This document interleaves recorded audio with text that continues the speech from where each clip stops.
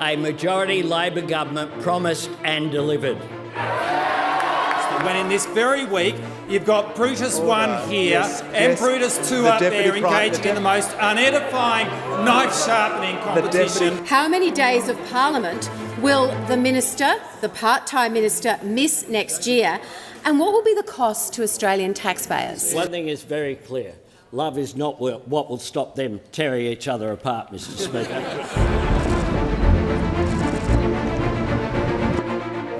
It's a great honour to have you as my friend. It's a great honour to have you in the United States of America.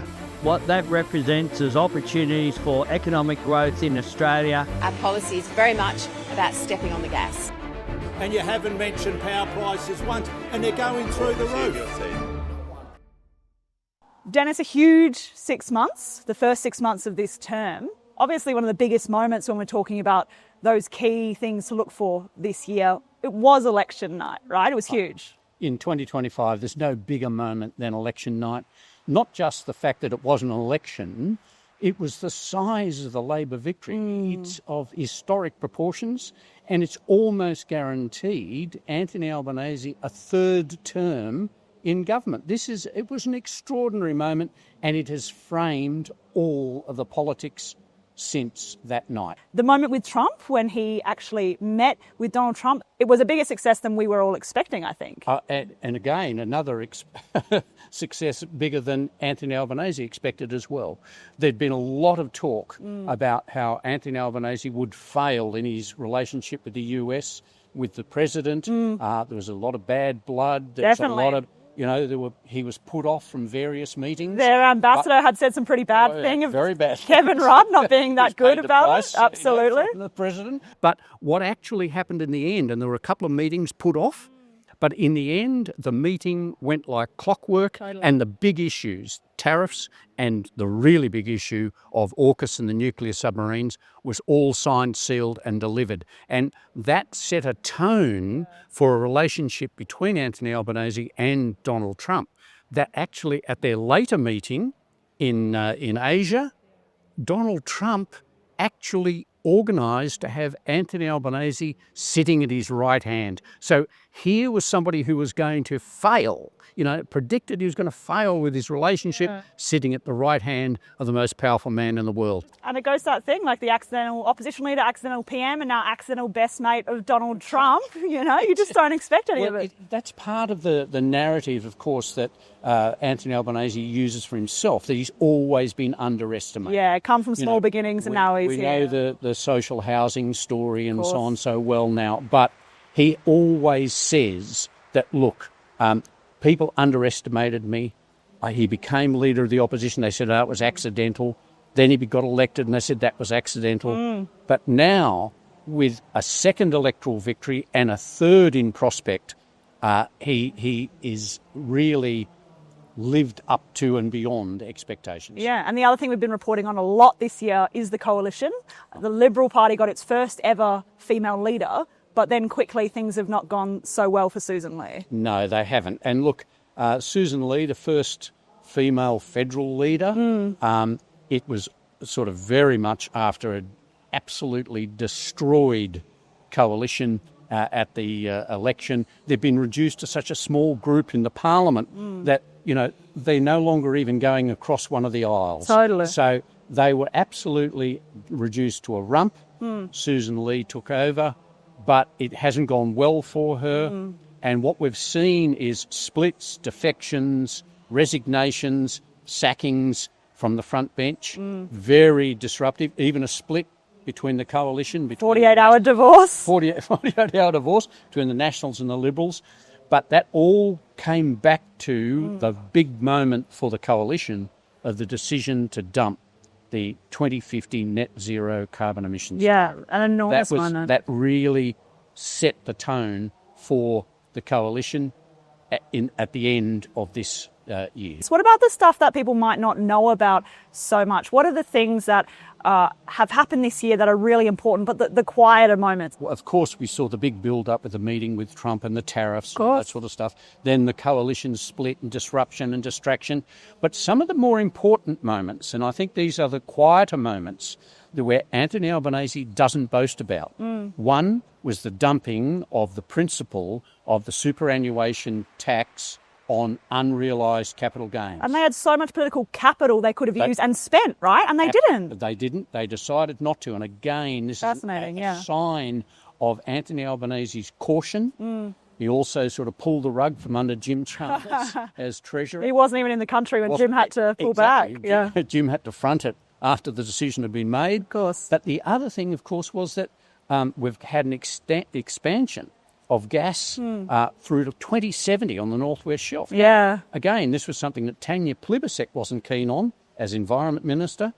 Anthony Albanese appointed a new Environment Minister, and what we've seen is an expansion of gas. But the Prime Minister doesn't like to talk about it. It's one of those big but silent decisions. Absolutely. Because he doesn't want to be seen to be anti-climate change. So I think that these are some of the big decisions which businesses notice, and of course which has been important in Western Australia. And on the super change, I mean, that's a reform he could have done immediately, and it's a very weak opposition. Why not just make a change that would have been pretty ambitious? It's not something he has to worry about for a few years, at least when it comes to some kind of campaign tactic regarding this. What's his thinking? Well, I think that it is the ultimate display of caution.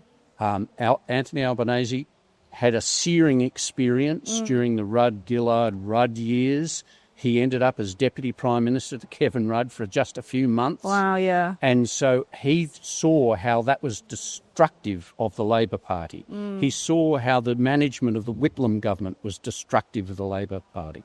And what he tries to do is model himself on the Hawke-Keating years, where you try and keep things quiet. But he hasn't adopted the reforms. As you say, he could easily have said, right, here's a whole lot of revenue from the super tax, let's do it. Jim's out there, he's pushing for it. Yeah, good luck to the opposition. Because I think part of it is, it's his stealth leadership, but also he's looking at this.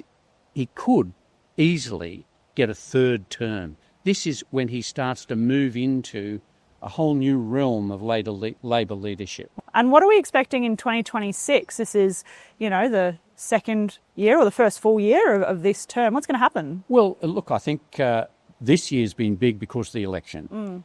Next year, I think because it's not an election year, it's at least another 18 months beyond the end of next year before an election is due. So next year will be a consolidation year. It'll be a year of delivery for Labor. They've already started talking about it in Parliament this week. Yeah. They're saying, Medicare, HECS debts, all of these things that they're delivering. So they want to reassure that that is what's going to happen.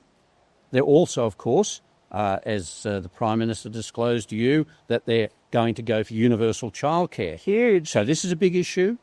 But it's something that they can actually go out and say, this is a big reform. It's the sort of reform Anthony Albanese likes, because it actually, while it costs money, it's actually giving something to somebody. And how are they going to do it? With all this spending that, they're not going to have the super tax raise the revenue, that he does want to do universal childcare, but the economic and budget issue, surely this is going to be a thing that dominates 2026. Exactly. Because we'll at least see the back of the Trump distraction. Sure. We should see at least the back of the coalition distraction, although there might be a change of leader at some stage next year in the Liberals. But what we're actually going to see is a concentration on the economy. Yeah. And this has been a sort of something that's been hidden under all the political noise. We've seen this year the interest rate cuts stop. There now may be a move for interest rates to go up. The budget will be very big because Jim Chalmers is going to have to find the money to finance that universal childcare, plus a whole range of other things facing inflation.